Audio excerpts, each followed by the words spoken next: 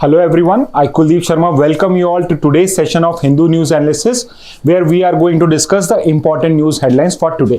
So let's start with the today's headlines. So first headline is regarding Supreme Court refers Kerala government's case or suit on the borrowing cap to 5-judge bench. So as you may know, in the constitution also, if there is to be a constitutional case or a constitutional issue to be decided, the minimum number of bench requires to be of 5 judgments. So minimum of 5-judge bench, yeah, 5 judges should sit together to decide a constitutional issue. So let me give you a context of this case. So what happened was that Kerala, which is a state of India, wanted to publicly borrow money, because every state has certain expenditures and its revenue for a particular year may not be enough to cover the expenses of that particular year. That's why they borrow from the public. However, in the constitution there are two articles, Article 292 and 293. And what does these articles do is, Article 292 tells the government the limit of its borrowing. And at the same time, 293 talks about borrowings by a state government. So 292 specifically states that the government of India can borrow as per limits set by the parliament. The government of India can borrow as per the limits set by the parliament, and it is to be charged on the consolidated fund of India, that whatever is the borrowing that has been done, if they are not paid back or repaid back by the center, then money can be taken up from the consolidated fund of India automatically, which is basically the treasure house, treasury of the government, tijori of the government, the consolidated fund of India. At the same time, what does Article 293 states? That if the government of a state wants to borrow any money, then it can do so on the security of that consolidated fund of state, which means tijori of the state. So whatever money is there on the consolidated fund of state, a state can borrow on its mortgage. And if the state is not able to pay it, then the money can be taken from consolidated fund of state. However, there are other provisions in Article 293 also. For example, there is one provision which provides that the government or state can borrow from the public with the government of India's consent. So this is also provided. However, there is another provision, third, which states that government of India, let me clear it. There is a third provision which states that the government of a state can take money from the public. However, government of India can restrict it. Can restrict it in two situations. The first situation is when the state has already taken money from government of India. State has borrowed from government of India. Or in the second situation, when the government of India has given guarantee. So let's say a state has borrowed from public or internationally, and government of India has given a guarantee to pay it back under consolidated fund of India. Which means in these two situations, government of India can actually restrict a state. It can actually restrict a state from borrowing from the public. And this 293 clause 3 is the bone of contention.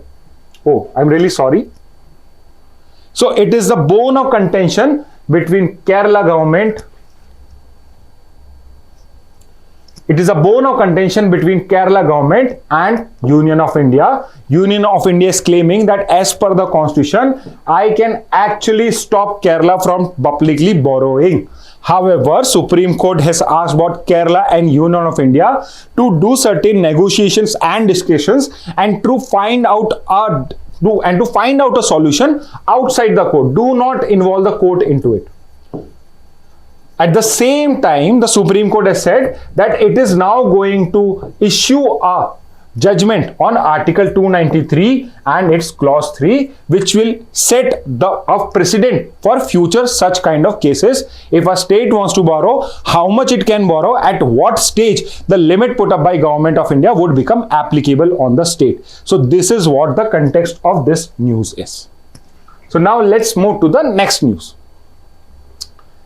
So next news, I straight away move to the editorial, and a very important and a very good article has come up regarding Prevention of Money Laundering Act. So you must be saying that there has been talks of Enforcement Directorate or ED everywhere. Recently they have filed cases against many politicians for crime of money laundering. So it has been involved. And money laundering, the cases which have been filed for money laundering are actually covered by Prevention of Money Laundering Act. So before I explain the handout to you or this article to you, let me explain you what is money laundering. So as the name suggests, it is laundering of money or cleaning of money. So basically there must be some unclean money or illegal money, and the process by which it is legalized is known as money laundering. So actually there are 3 steps to any money laundering process. First is the stage of placement or step of placement. The second step is the layering. And finally the third step is integration. So these are the 3 stages of any money laundering place. So what is placement? So let's say if someone is having some illegal business, he will or he or she will use that or will convert, show that illegal income as part of a legal business. So for an example, let's say there is a person who is running a bar and is selling liquor, but at the in the go down of that, he or she is also running a gambling business. So what that person will do is that he or she will show the income of gambling as the income of the bar. That is how you place the income. Next stage is layering. Layering means basically you are adding layers to something. So what it will do is to show that there has been increase in the income of bar, it will raise fake invoices. For example, what it can do is it can show that let's say there were only 100 customers in a particular month. It can show that there were 1,000 of customers and each bill of not being just 500 or 1,000. Some bills were even of 10,000 rupees. Or what it can do is it can show that it actually sold some amount to its vendors also, and that's why that's how it's going to convert that illegal receipt into a legal receipt. And finally is the integration process, which means the money which has been layered into the system now would be used to either to expand the business or, for example, buying real estate. So this illegal income which has been obtained from some illegal means is now finally made legal through this process of money laundering. So your Prevention of Money Laundering Act actually deals with money laundering or prohibiting money laundering, as well as confiscating the property or money raised by money laundering. So both of this is actually dealt by this. One important fact of PMLA is that the burden of proof. So what is burden of proof? So burden of proof is basically, so let's say if a crime has happened, then the burden of proof that that person has committed the crime is on the prosecution or the police. However, under PMLA, the burden of proof is actually on the accused or the person who has been said to be involved in the money laundering activity.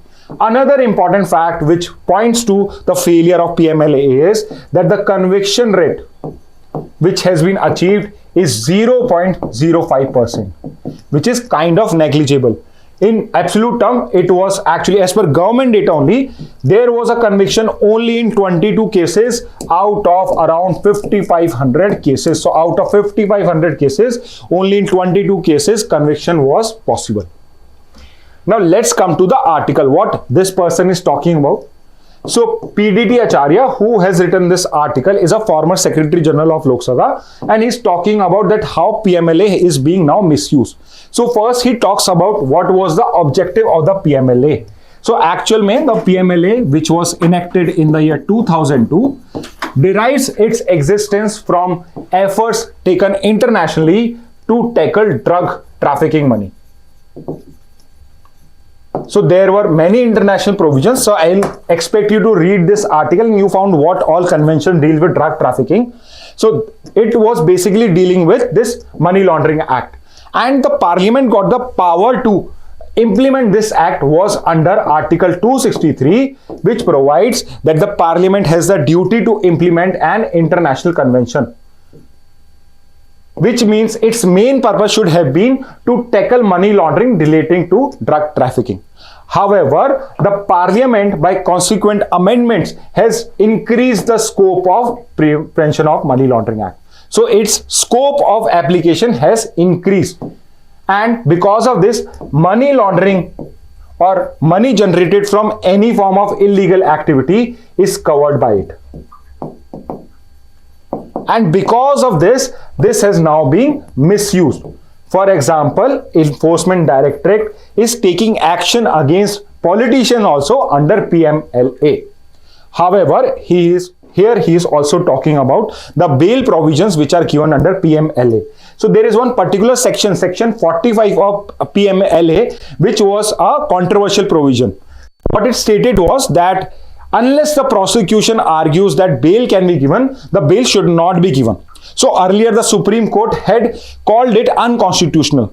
However, the parliament again amended it, made some changes, and later on the Supreme Court upheld it and said that such a provision can be allowed.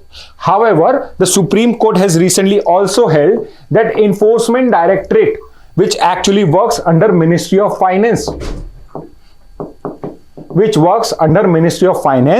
cannot arrest a person. He cannot arrest a person because it is not equivalent to a police.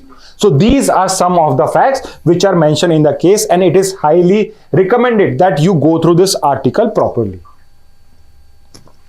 Now let's look at the next news. So next news relates to solar energy or solar power plants. So what has happened is that the parliament has come up with a new regulation wherein it has increased the requirement of domestic procurement of items or domestic procurement of various pieces of solar power projects, which should be come from India only, which should be taken from Indian manufacturers only. So this has been held. So let's discuss what the government goal is. So government has actually launched National Solar Mission, under which it had framed a goal of 100 gigawatt of solar energy by 2022. However, India was not able to achieve it, and now we have made a new goal of 2026. So India's goal is now to create 100 gigawatt of solar energy by the year 2026. And how India was supposed to achieve it? So 60 gigawatt or 60%, and 40 gigawatt or 40%. So 60 gigawatt is to be achieved by grid connected electricity. Basically, you are going to create solar energy parks, solar parks, and 40 gigawatt was to be by rooftop solar energy. So this has been the division on how the government is going to achieve the goal of 100 gigawatt under National Solar Mission. And although we have not been able to achieve these goals, however, the Indian government has been very proactive when it's come to rooftop solar, and that's why it has launched a new scheme also, PM Surya Ghar. And now what the government has done is that if any manufacturer wants to apply for PM Surya Ghar, wants to become a supplier for solar panels under this scheme or any other scheme, it should have minimum amount of minimum material that should be procured from Indian manufacturers only. So Indian manufacturers is going to help to procure those materials, so that there is a focus on, there is an increase in Atmanirbhar Bharat program. So a boost is given to Atmanirbhar Bharat program. Let's look at the next news. So a very simple note, the Supreme Court has recently allowed Hindu priests to continue worship in Gyan Vapi Mosque. So if you will look at the 20 GK questions for today, a question has been asked about this Gyan Vapi Mosque also. So this provides us an opportunity to look at the three main controversial sites which are usually in news. So first was actually the Ayodhya Janmabhoomi, which is in Ayodhya. So Ayodhya Ramlala temple has recently been built. So this place is in Ayodhya and the mosque related to it was Babri Masjid. So second is your Gyan Vapi Mosque. It is in Varanasi. And the temple related to it is your Kashi Vishwanath temple. And there is another third site. The third site is your Shahi Eidgah Mosque. Shahi Eidgah Mosque, which is in Mathura, and it is related to Krishna Janmabhoomi.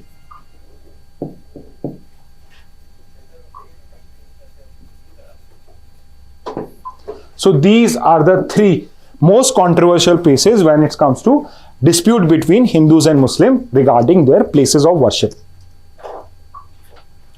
Next news.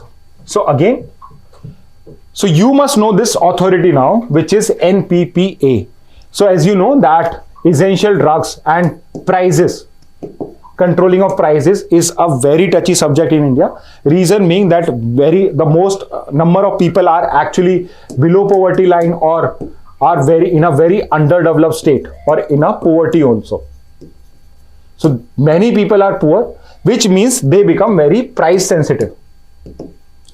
So if there is even a small increase, many people would not be able to afford your drugs or your medicine. That's why the government of India had created this authority, NPPA, National Pharmaceutical Pricing Authority, and this authority is the regulating authority to regulate the drug prices. So it is not going to regulate the drug prices by telling the companies to put up a particular price on the drugs. It is going to decide on the ceiling of the drug. So ceiling price of drug is actually mentioned. So what can be the highest price is actually decided by this authority. So you should know this authority, which has been come in your news. Next question. So actually, Narendra Modi, your Prime Minister, actually attended one event of RBI. That was the 90th Foundational Day. So your RBI or Central Bank of India, Reserve Bank of India has actually completed 90th year of its existence. So certain facts have been provided. For example, it was inaugurated on 1st April 1935. And its original headquarters for first 2 years was in Calcutta. However, its present headquarters is now in Mumbai. The present governor is Shaktikant Das.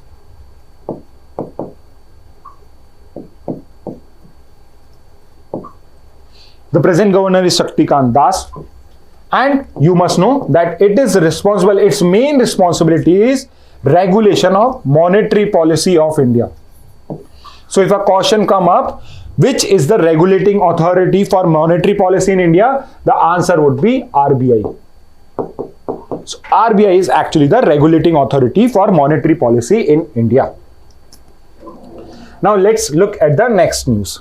So Supreme Court has actually given notice to Election Commission, and there was a plea regarding that we should check all the electronic voting machines votes with your VVPAT.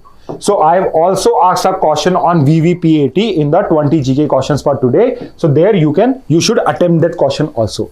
So what is your EVM? So you must know that in India since 2004, we have been using electronic voting machines in our elections. So it has become regular part of it. So earlier there were ballot paper. You had to put your name on a ballot paper or your thumb impression on a ballot paper, and you had to put up in a particular box. However, there were many rigging of election because of ballot papers. So we finally went to EVMs.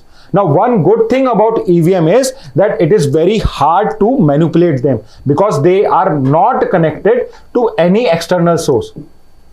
Not connected to any external source, which means neither for power, it is battery power, so there is no connection, no wire connected to an EVM to give it power, neither it is connected to any network or internet. And as of now, there has been no practical case found or no evidence found of any tampering with EVMs. That's why they have been called as very foolproof. However, since 2014, we have also incorporated VVPAT machine. So what is VVPAT? So VVPAT stands for Voter Verifiable Paper Audit Trail. So what happened is this machine, it's a separate machine. It is connected to your electronic voting machine. And whatever vote you have given, it creates a duplicate trail. It creates a duplicate ballot paper or voter paper registering your vote. So what you can do is you can cross-check your EVM votes with the VVPAT. So for example, let's say Congress party in the EVMs got 100 votes. Then in this VVPAT, there should be 100 slips giving its vote to Congress. Let's say BJP got 1000 votes.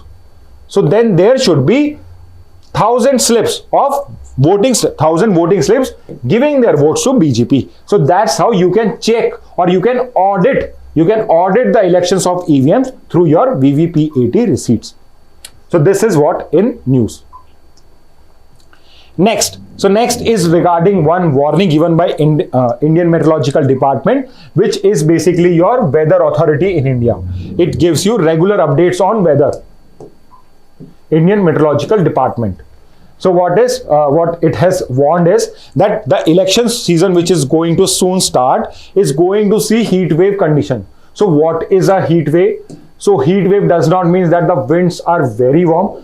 They are actually also warm, but heat wave is basically when there is a situation of extreme weather. So whenever there is extreme weather disruption, that situation is known as heat wave. So the IMD, Indian Meteorological Department, actually issues warning for heat waves. And you have to know the criteria, specifically the criteria on which a heat wave is issued or a warning for heat wave is issued. So the two criteria are, the first criteria is basically if the temperature of a day is more than 4.5 degrees Celsius than normal.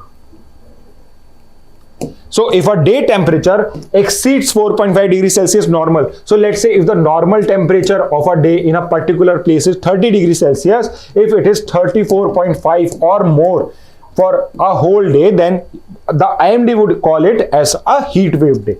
Second is if the temperature for two specific days, for 2 days, is more than 45 degrees Celsius for 2 days, for 2 consecutive days, then also it is a situation of heat wave. So usually when a heat wave warning is given, it is expected that people do not go out in the sun directly. They avoid going out in the afternoon because the temperatures are very high. Okay, so these are some of the steps which are taken when a heat wave warning is issued. Now let's look at another interesting news which has come up, that Germany has become the latest country and the biggest European country which has now legalized cannabis use. So cannabis is also known as marijuana, and in India it is known as ganja. So you must know under the NDPS Act,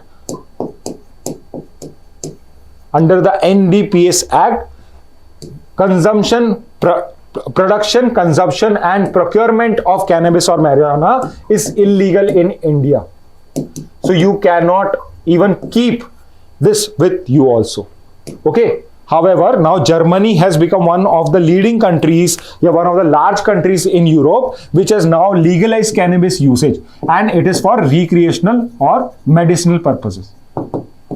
So cannabis has now started to be legalized in many countries. For example, 2-3 countries are mentioned also here. Malta was the first European country first EU country to legalize it in 2021. And marijuana or usage of marijuana is also legalized in certain US states. United States of America, state-wise they have laws for drug usage, and many states like California has legalized it, or some states have legalized partially for medicinal use and some have legalized it for total use. However, the first country in the world which has legalized cannabis is actually Uruguay. So Uruguay, a South American country, was actually the first country to legalize the recreational use of marijuana. Now let's look at one last news which is from the sports section. So one news which we always take from sports section. So one news is regarding Pankaj Advani.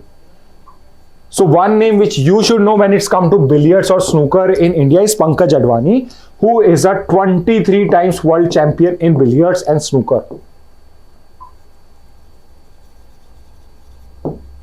So he is a 23 times champion in billiards and snooker, and also known as Prince of Pune. And what new feat he has achieved? So he actually won the CCI Billiards Classic title, which took place in India only. So another feather to his cap. So that's it from my side, students. I hope to see you in the next session when I will come up with new headlines for that day particular. Thank you and have a very nice day.